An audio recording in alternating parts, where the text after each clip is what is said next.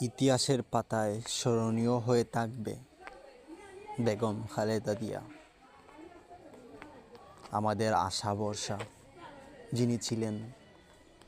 আমরা বিএনপির সৈনিক হিসেবে গোটা বিএনপি আজ স্তব্ধ হয়ে গেছে।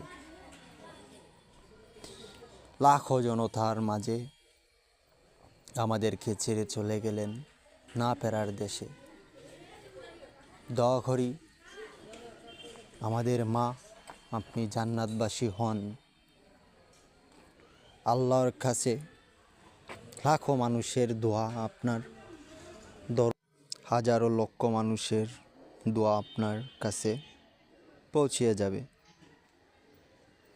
দয়া করি আপনার জন্য আপনি না ফেরার দেশে ভালো থাকেন।